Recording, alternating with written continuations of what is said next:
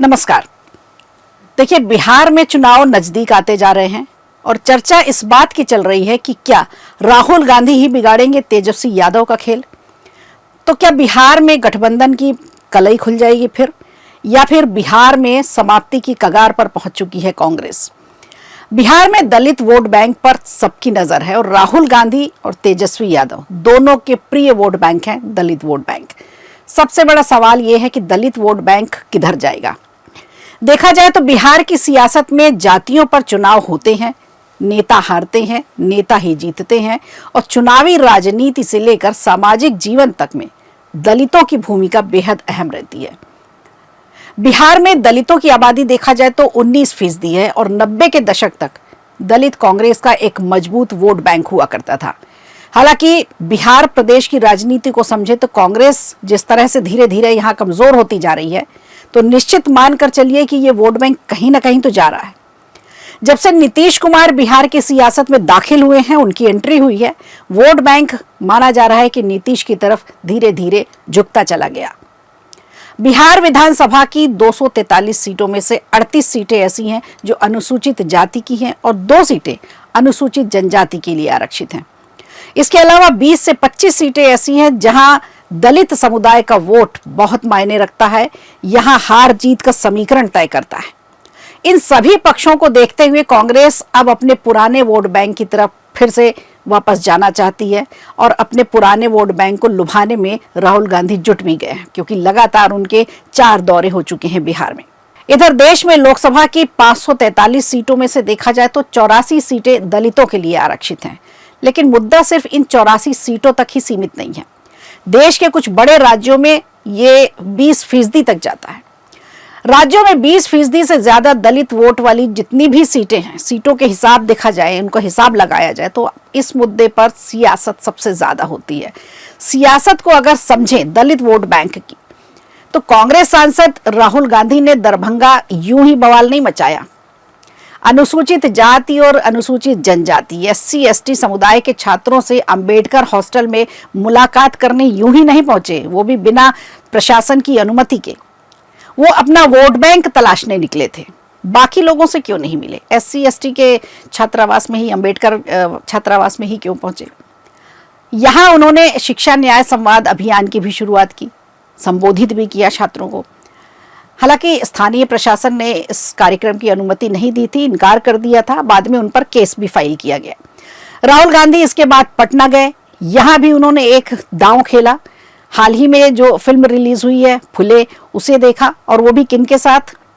उन्होंने ये फिल्म देखी, ये सावित्रीबाई फुले के जीवन पर आधारित है, आपको बता दें। और राहुल गांधी ने ये फिल्म SC/ST समुदाय के जो बड़े सिविल सोसाइटी के प्रतिनिधि हैं, जनप्रतिनिधि हैं, उनके साथ ये फिल्म देखी। तो देखा जाए तो राहुल गांधी का पिछले 5 महीनों में बिहार का ये चौथा दौरा इसी मुद्दे पर केंद्रित रहा। दलित वोट बैंक किस तरह से खुश हो सके, दलित वोट बैंक को कांग्रेस की तरफ कैसे मोड़ा जाए, दलित वोट बैंक को कैसे लुभाया जाए। चुनाव के लिहाज से बिहार एक बहुत ही महत्वपूर्ण राज्य है इस समय, जहां अक्टूबर नवंबर में विधानसभा चुनाव हो सकते हैं। जब तारीखें आएंगी तो पता चलेगा। राहुल गांधी की लगातार बिहार यात्राएं ये स्पष्ट रूप से संकेत दे रही हैं कि इस बार चुनावी रणनीति एक नहीं कई पैतरों पर खेली जाएगी। केंद्र सरकार की जातीय जनगणना कराने की घोषणा के बाद इस मुद्दे को फिर से उठाया गया और इस बार राहुल गांधी एक और नया दांव लेकर आए हैं। इसके पहले तो जाति जनगणना की बात करते थे, हर जगह संविधान की कॉपी दिखाते थे, लेकिन इस बार उन्होंने एक नया दांव खेला इसमें ये कि अब वो निजी संस्थानों में SC/ST समुदाय के छात्रों के लिए आरक्षण की मांग कर रहे हैं। देखा जाए तो राहुल गांधी ने कहा है कि हम 3 मांगे उठाना चाहते हैं। वो 3 मांगे ये थी कि देश में जातीय जनगणना कराना, अब निजी संस्थानों में OBC, EBC, SC और ST के लिए आरक्षण करना, और इसके अलावा सरकार की SC/ST सब प्लान योजना के तहत फंडिंग सुनिश्चित करना आरक्षित छात्रों के लिए। तो राहुल गांधी के अनुसार बिहार में ये फंड इन समुदायों को नहीं मिल पा रहा है।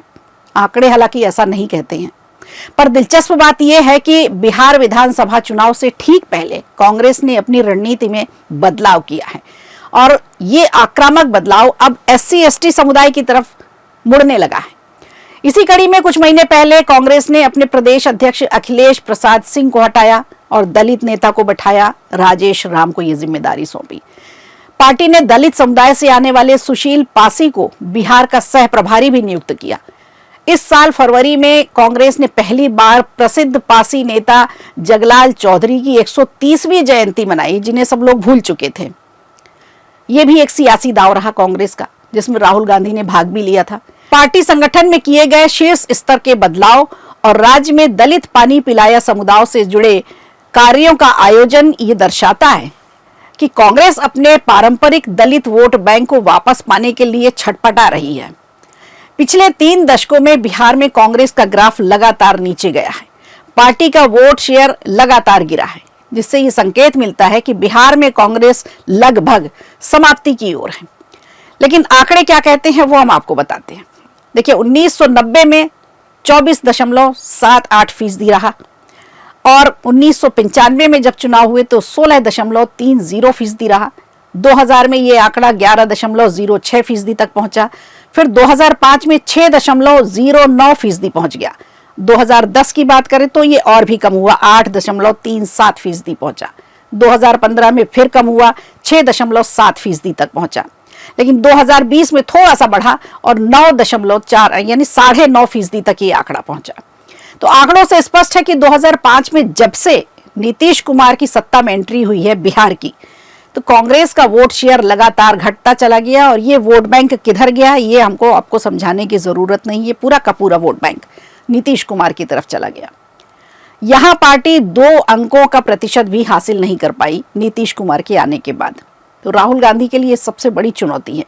हालांकि इस बार राहुल गांधी दलित समुदाय तक पहुंचने की अपनी पूरी कोशिश कर रहे हैं और अपने पारंपरिक वोट बैंक को फिर से पाने की कोशिश में हैं। उन्हें फिर से आकर्षित कर रहे हैं, उन्हें फिर से लुभाने की फिराक में हैं, ताकि आगामी चुनाव में पार्टी की स्थिति को थोड़ा मजबूत किया जा सके। संसद से लेकर सड़क तक आमने सामने कांग्रेस और बीजेपी है। देश में 20,13,78,086 दलित है, जो देश की आबादी का 16.63% आता है।